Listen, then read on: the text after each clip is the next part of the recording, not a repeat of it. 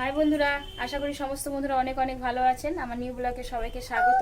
আজকে সারাদিন কিভাবে দিন কাটাচ্ছি শেয়ার করছি, তবে আজকে সারাদিনের কাজের মধ্যে কিছু টিপস থাকবে, যেই টিপসগুলো আপনাদেরও কিন্তু খুব প্রয়োজন। পুরো ভিডিওটা অবশ্যই দেখুন। প্রথমেই ছোট ছেলেকে স্কুল থেকে আনার পর টিফিন খাইয়ে দিয়েছি, আরও একটা ফুটবল নিয়ে উঠোনটার মধ্যে খেলছে। আজকে কাকিমা মানে ছোট কাকিমা বাড়িতে নেই, ফাঁকা পেয়েছে, বলছে মা আমি একটু ফুটবল খেলবো। কি সুন্দর একা একা খেলছে দেখুন না। ওকে খেলতে দিয়ে আমি বাড়িতে বাকি কাজগুলো করে নেব। আর বড় ছেলেও ক্রিকেট খেলতে, স্কুল থেকে আসার পরই বড় ছেলেও ক্রিকেট খেলতে বেরিয়ে পড়লো। দুই ছেলেই খেলা নিয়ে ব্যস্ত, আমি কাজ নিয়ে ব্যস্ত। আজকে বিছনাটাও তোলা হয়নি, অনেক দেরি হয়ে গেল। বড় মশাই একটু দেরিতে উঠলো, বিছনাটাও থেকে গেল। তারপর ছেলেকে স্কুলে আনতে যাওয়ার টাইম হয়ে গেল, আর ঝাড়া হলো না বিছনা।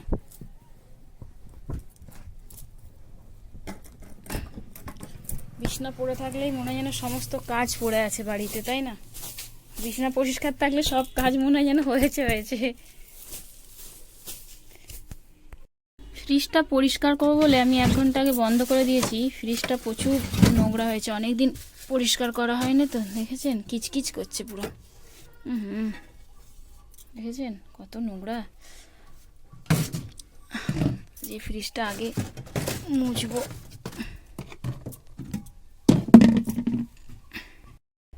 বন্ধুরা, আপনারা ফ্রিজ কিভাবে পরিষ্কার করেন আমি জানি না, তবে আমি কিন্তু খাবার সোডা দিয়ে পরিষ্কার করি। দেখুন 1 চামচের থেকে একটু কম নিয়েছি, আর এবারে দিয়ে দেবো অল্প করে জল। জল দিয়ে খাবার সোডাটা ভালো করে গুলে নেব। এখন অল্প করে জল দিচ্ছি, বেশি জল দেবো না, অল্প জল।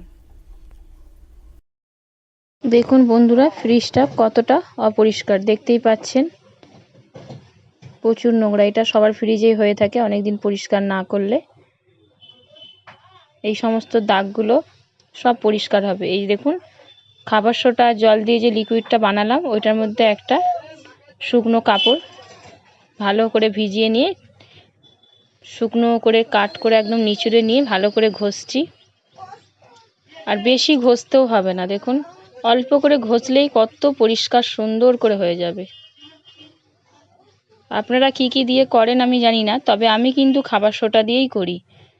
খুব তাড়াতাড়িও পরিষ্কার হয়, আর খাবার সোডা সবার বাড়িতেই থাকে, আর না থাকলেও খুব কমই দাম, বাজার থেকে নিয়ে আসলেই হবে। দেখুন সমস্ত দাগ একদম পরিষ্কার হয়ে যাবে।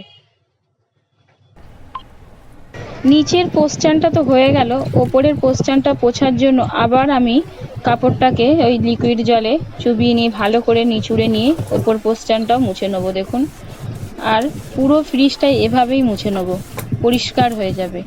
হয়তো অনেক বন্ধুরা এভাবে পরিষ্কার করেন খাবার সোডা দিয়ে, আবার অনেক বন্ধুরা হয়তো অবাক হচ্ছেন।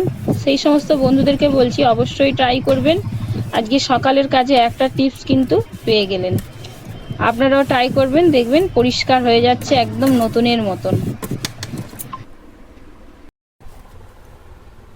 অন্য একটা পাত্রে ভালো জল নিয়ে, অন্য আবার একটা কাপড় নিয়ে ভালো করে নিচুড়ে নিলাম, দেখতেই পাচ্ছেন। তারপরে এই কাপড়টা দিয়ে পুরো ফ্রিজটা এবারে মুছে নেব। খাবার সোডা দিয়ে তো প্রথমে মুছলাম, এবারে আর একবার ভালো কাপড় দিয়ে ভালো জল দিয়ে মুছে নিচ্ছি। দেখুন ফ্রিজটার দিকে তাকিয়ে, ফ্রিজটা কিন্তু অনেক পরিষ্কার, দেখতেই পাচ্ছেন। প্রথম অবস্থায় কিরকম দেখেছিলেন, আর এখন দেখুন কতটা ভালো লাগছে ফ্রিজটা দেখতে। দেখুন পুরো নতুন হয়ে গেছে ফ্রিজটা না। চারিদিক এভাবে মুছে নিলাম।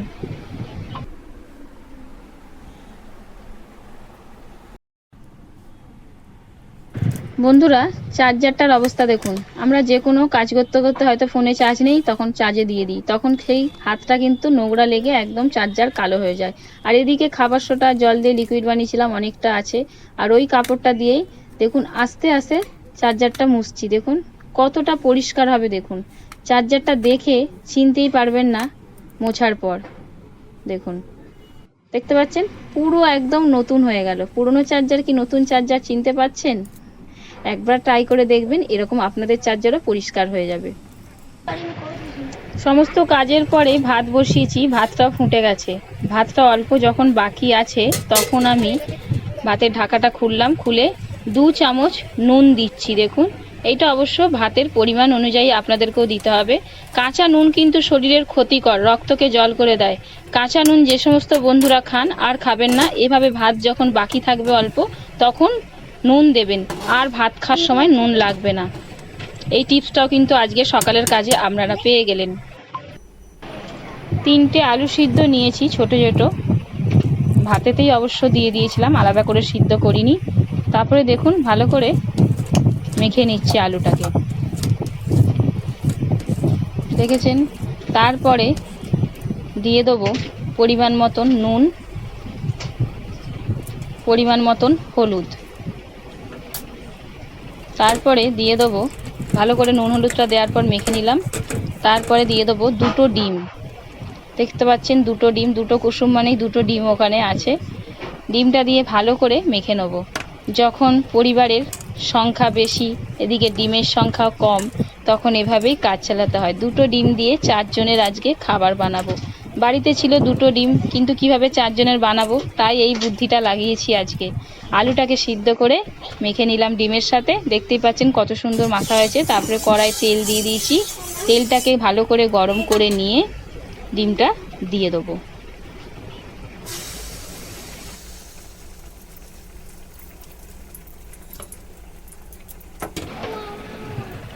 ডিমটা দেওয়ার পর খুন্তি দিয়ে চারিদিক করে দিচ্ছি, কারণ মাঝখানে একভাবে থাকলে ভালো ভাজা হবে না, আর বড় করে দিলে ডিমটা অনেকটা বাড়বেও। এরমভাবে চারিদিক করে দিলে, দেখতেই পাচ্ছেন, এরমভাবে আপনারাও চারিদিক করে দেবেন যদি এরমভাবে ট্রাই করে থাকেন। অপর সাইডও উল্টে দিলাম। তারপরেই দেখুন খুন্তি দিয়ে 4 টুকরো করে নিচ্ছি। অল্প ডিম দিয়ে কীরকম কত বড় ডিম বানানো গেল ভাজা, আর পুরো 4 জনের খাবারও বানানো যাচ্ছে, দেখতে পাচ্ছেন। এই টিপসটা আপনারাও ব্যবহার করতে পারেন। আর কতটা দেখতে ভালো লাগছে দেখুন ডিমগুলো, দেখতে পাচ্ছেন। উল্টে দেখিয়ে দিলাম যে 2 সাইডই কি সুন্দর ভাজা হয়েছে, আর কতটা নরম হয়েছে দেখুন, পুরো তুলতুল করবে একদম, দেখছেন। খেতে একদম দারুণ লাগে এভাবে ডিমের ঝাল করলে। মায়ের কাছে খেয়েছিলাম, মায়ের পদ্ধতিটা আজকে আমি কাজে লাগালাম। তারপরে ওই ডিম ভাজাটা দিয়েই তরকারি হবে, মশলা করে আলু দিয়ে তরকারি হচ্ছে